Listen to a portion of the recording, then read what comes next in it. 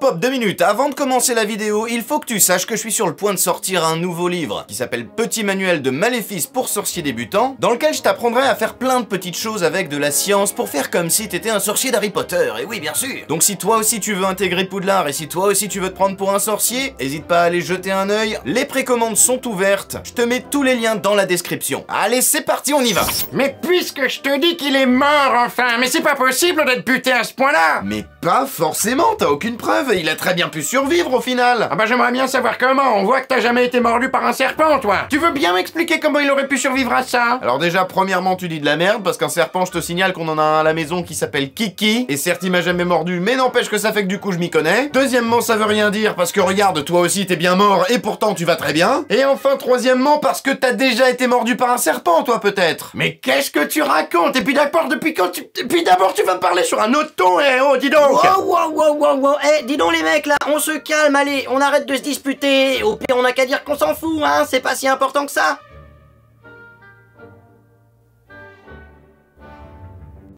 Bah quoi, qu'est-ce qu'il y a? J'ai dit quelque chose qu'il fallait pas? Il est mort, je te Non, mais dis, c'est pas vrai, mais tu vas possible pas de recommencer, buter, on en a déjà parlé des centaines de fois. Mais non, mais Fais pas confiance, si tu ne m'écoutes jamais, voilà. Bon et ben, au moins j'aurais essayé.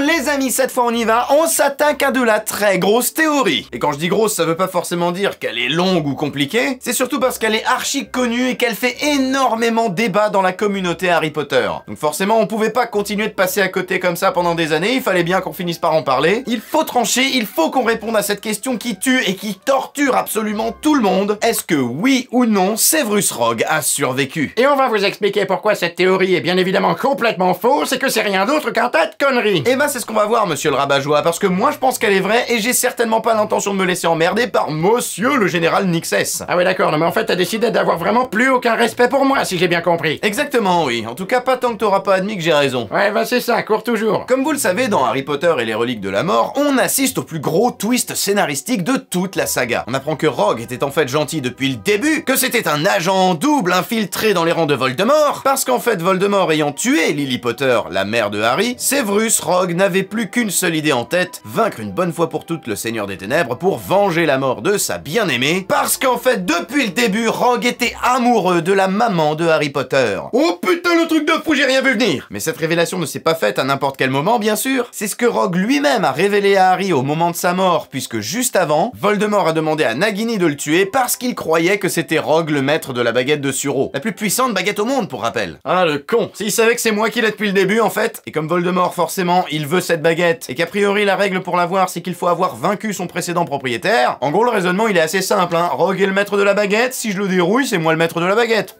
Mais est-il seulement vraiment mort finalement? Pas si sûr. Et la théorie à la base qui dit que Rogue aurait survécu s'appuie sur deux arguments principaux. Le premier c'est que Rogue était le professeur de potions et surtout le prince de sang mêlé, un sorcier incroyablement doué avec des capacités exceptionnelles, donc forcément à un moment donné, sachant qu'il était évidemment au plus près de Voldemort et donc de Nagini pendant sa mission d'infiltration, sachant qu'il était un petit peu en danger permanent, bah ce serait pas étonnant qu'il ait constamment sur lui une petite fiole d'antidote pour pouvoir contrecarrer le venin de Nagini. Et deuxième argument, on n'a aucune information sur son cadavre, et donc par conséquent, est-ce que ça voudrait pas dire qu'on ne l'a tout simplement jamais retrouvé? Et jusque là, ok, c'est vrai, on a une bonne base. Sauf qu'évidemment, c'est quand même loin d'être suffisant. Et si on veut prouver que cette théorie est vraie, bah il va falloir creuser un petit peu plus profondément. Et on va commencer par voir si ça se tient, cette histoire d'antidote d'abord. Parce que oui, Rogue est effectivement un sorcier incroyablement doué, ça c'est clair. Et on est bien d'accord, normalement si tu es un agent double qui se fait passer pour un mange-mort, en particulier quand tu te fais passer pour le plus fidèle parmi les plus fidèles de Voldemort, tu sais que si tu te fais griller, il y a de bonnes chances pour que tu te fasses dérouiller instantanément. Et comme l'une des armes utilisées par le Seigneur des Ténèbres est justement son serpent de compagnie, vachement mignon de le dire comme ça alors qu'en fait c'est pas du tout mignon, on peut tout à fait imaginer que Severus Rogue est effectivement systématiquement un antidote sur lui au cas où il se fasse attaquer par Nagini. Alors oui, peut-être, mais peut-être pas aussi. Et puis d'abord, qu'est-ce qui te dit qu'il existe un antidote pour le venin de Nagini, hein? Parce que c'est pas comme si c'était un serpent tout à fait normal. mal. Et bah justement, on sait qu'il existe un antidote au venin de Nagini, parce qu'on sait qu'il y a un autre sorcier qui s'est fait attaquer par Nagini et qui a survécu, précisément grâce à l'antidote, Monsieur Weasley dans Harry Potter et l'Ordre du Phénix. Et quand Arthur revient de l'hôpital de Sainte-Mangouste où il vient juste de se faire soigner, voici ce que Molly Weasley dit aux autres membres de l'Ordre du Phénix. Le guérisseur Smethwick a finalement exercé sa magie. Il a trouvé un antidote au venin de ce serpent. Donc il existe un antidote au venin de Nagini, qui certes n'était pas connu avant puisqu'il a été créé spécifiquement pour pouvoir soigner Arthur Weasley, mais devinez qui est justement dans la pièce au moment où Molly dit ça? Eh ben oui mon bon ami, Severus Rogue, oui. Donc même s'il l'ignorait jusqu'à présent, à partir de ce moment, Severus savait qu'on pouvait faire un antidote. Et je veux dire,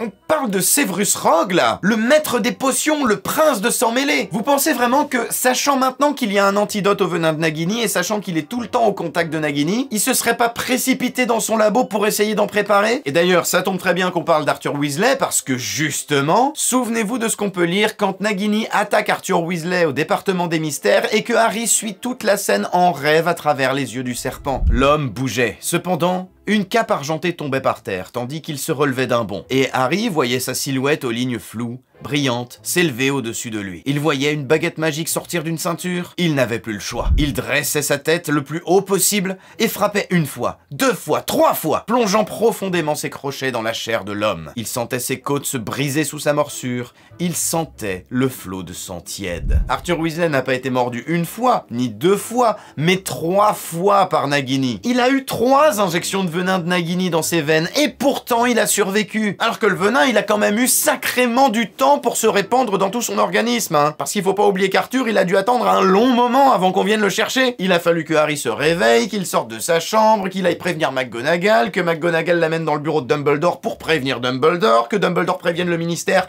et que le ministère se mette ensuite à bouger son gros cul. Et ça, pour le coup, c'est vraiment vachement long. Un homme est en danger chez nous dans le département des mystères. Est-ce que vous avez rempli le formulaire 859B alinéa-7 809? Ah bah du coup, bah non, on peut rien faire, hein. Du coup, revenez dans 6 mois, hein. Pourquoi je prends l'accent belge quand je fais le mec du ministère de la magie?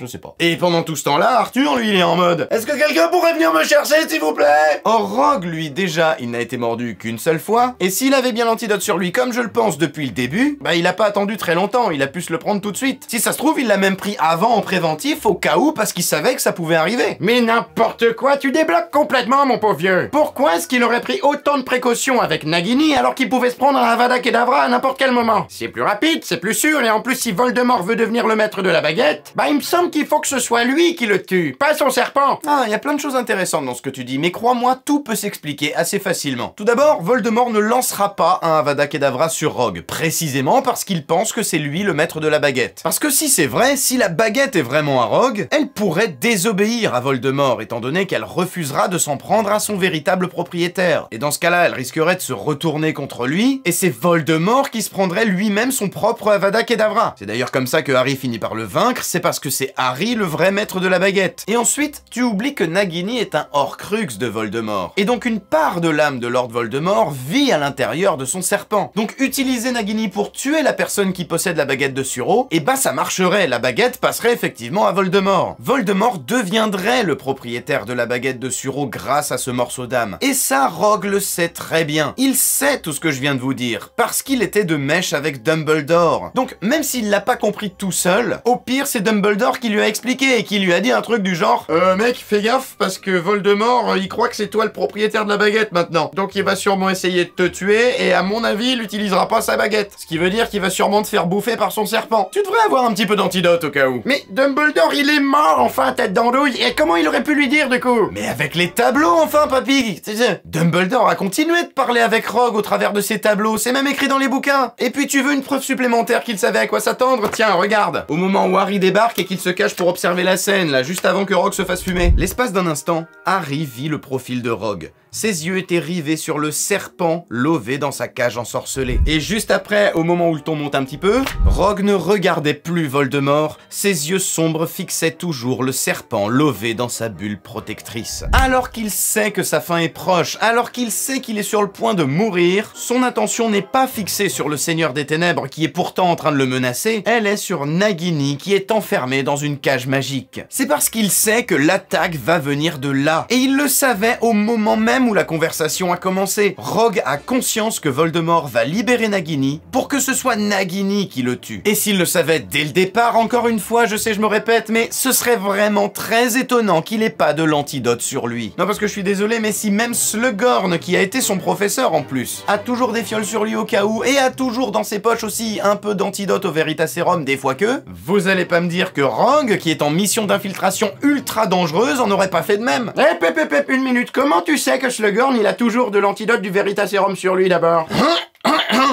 Le professeur Slughorn est un sorcier hautement qualifié qui s'attend à l'un ou à l'autre, répondit Dumbledore. Donc là, il parle de la légilimencie et du sérum de vérité parce que Dumbledore essaye de savoir ce que Slughorn lui cache. Il est beaucoup plus doué pour l'occlumencie que ce pauvre Morphine Gaunt, et je serais étonné qu'il n'ait pas en permanence sur lui un antidote au Veritaserum depuis que je l'ai poussé à me confier ce simulacre de souvenir. Voilà, des questions? Ah d'accord, ok, autant pour moi. Mais dans ce cas-là, comment expliques-tu ceci? Tu oses utiliser mes propres sorts contre moi? Bah un peu mon neveu, je vais pas me gêner, mais ferme-la et écoute maintenant. Les yeux verts de Harry croisèrent les yeux noirs de Rogue, mais un instant plus tard, quelque chose sembla s'éteindre au fond de son regard sombre, qui devint fixe, terne, vide. La main qui tenait encore Harry retomba avec un bruit sourd, et Rogue ne bougea plus. Donc on va pas se mentir, tu monteras pas de la tête que ça sent quand même pas très bon pour lui. Tu trouves toujours qu'il a l'air vivant alors, ton professeur Rogue? Bah oui, parce qu'il a pas du tout l'air d'être mort là en fait. Mais quelle tête de mule, c'est pas possible, mais puisqu'on te dit qu'il bouge plus, pourquoi tu t'obstines? Mais parce que mon cher, ne plus bouger dans l'univers d'Harry Potter, ça n'a jamais été synonyme d'être mort. Et on connaît pas mal d'autres personnages d'ailleurs qui ont été décrits de la même façon et qui ont tous parfaitement survécu. Comme Hermione par exemple, quand elle affronte Dolohov dans le département des mystères. Le mange-mort qui venait de perdre la voix fendit l'air avec sa baguette, traçant sur la poitrine d'Hermione une longue flamme violette. Elle poussa un faible cri, comme sous l'effet de la surprise,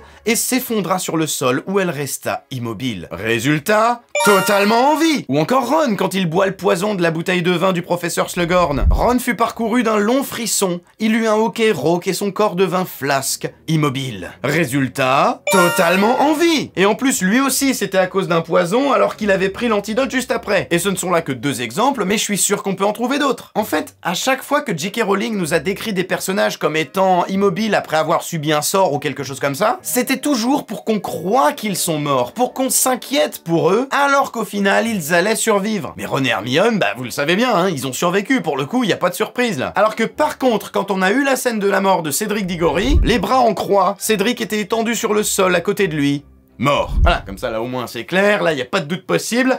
Il est mort. Ce qui m'amène au deuxième argument dont je vous parlais tout à l'heure, qui dit qu'on n'aurait pas retrouvé le corps du professeur Rogue. Parce qu'en réalité, on ne nous dit rien sur le corps du professeur, et c'est justement ça qui rend la chose très étrange. Étant donné qu'au moment où il rassemble tous les corps après la bataille de Poudlard, on nous parle des cadavres de Voldemort, de Fred, de Tonks, de Lupin, de Colin Creevey, mais à aucun moment on ne nous parle de celui du professeur Rogue. Sauf que, honnêtement, vous pensez vraiment qu'après la révélation de ouf qu'on a eu sur lui juste avant, en principe, il devrait pas au minimum être évoqué après tout ce qu'il a fait, après qu'on ait pris conscience nous-mêmes en tant que spectateurs que c'était l'un des personnages les plus importants de l'histoire? Vous pensez pas qu'il méritait lui aussi d'avoir des funérailles un petit peu dignes de ce nom? Sachant qu'en plus, son corps, il est pas sur le champ de bataille, il est dans la cabane hurlante. Oui, parce que dans le livre, la scène de la mort de Rogue, ça se passe dans la cabane hurlante, pas dans le hangar à bateau. Vous croyez pas que Harry aurait au moins dit un truc du genre: ah, en fait, faudra pas oublier d'aller chercher Rogue tant qu'on y est, parce que, bon, bah, il faudrait l'enterrer aussi quand même, c'est la moindre des choses. Par contre, il est tout là-bas. Non, parce que sinon quoi? Ça veut dire qu'ils l'ont laissé là-bas? Est-ce qu'il est toujours en train de pourrir au fond de la cabane hurlante en ce moment-là? Non, vous l'aurez compris, moi ça, j'y crois pas. Je pense que si on n'a aucune information sur le corps de Rogue, c'est parce qu'on ne l'a tout simplement pas retrouvé. Et en plus, ajoutez à ça le fait que quand Harry a utilisé la pierre de résurrection, il a vu ses parents, Sirius et Lupin, mais il n'a pas vu le professeur Rogue alors que ce dernier a passé toute sa vie à veiller sur lui. Moi je pense, et j'en suis convaincu, que Rogue a survécu. Je pense que cette théorie peut être vraie, et quelque part je trouve ça super beau parce que ça veut dire qu'il mène une vie paisible loin du monde des sorciers désormais. Loin de cet univers et de cette communauté dans laquelle il était pas bien du tout finalement, il a beaucoup souffert en étant un sorcier. Quelle meilleure conclusion pour lui finalement? Que le sorcier adepte à 100% du monde des sorciers, adepte à 100% du sang pur, mais amoureux d'une Némoldue, décide de tout quitter, décide de se faire passer pour mort dans le monde des sorciers afin de mener la vie paisible d'un moldu. Ouais, c'est bien joli tout ça, mais t'oublies quand même un petit détail. Ah bon? Lequel? C'est que J.K. Rowling a fait un tweet dans lequel elle s'excuse d'avoir tué Severus Rogue. Top, objection votre honneur, c'est un tweet, ça compte pas, c'est pas dans les livres. Et vous alors, qu'est-ce que vous pensez de cette théorie? Est-ce que vous pensez que Rogue a pu survivre ou est-ce que vous pensez au contraire que non, c'est foutu, il est mort, ça c'est clair? Dites-le moi dans les commentaires, n'hésitez pas à vous exprimer, c'est là pour ça, j'ai très hâte de tous vous lire. Et si vous n'êtes pas encore abonné, je vous invite à le faire en cliquant sur le petit bouton qui s'affiche au milieu de votre écran ou à aller voir l'une de ces deux autres vidéos que je vous mets juste là. Et elles sont vachement bien, j'en sais quelque chose, c'est moi qui les ai faites. Et sur ces bonnes paroles, je vous remercie d'avoir regardé cette vidéo et en attendant la prochaine, je vous fais comme d'habitude tout plein de gros bisous, vous le savez, c'était XionXS et ciao.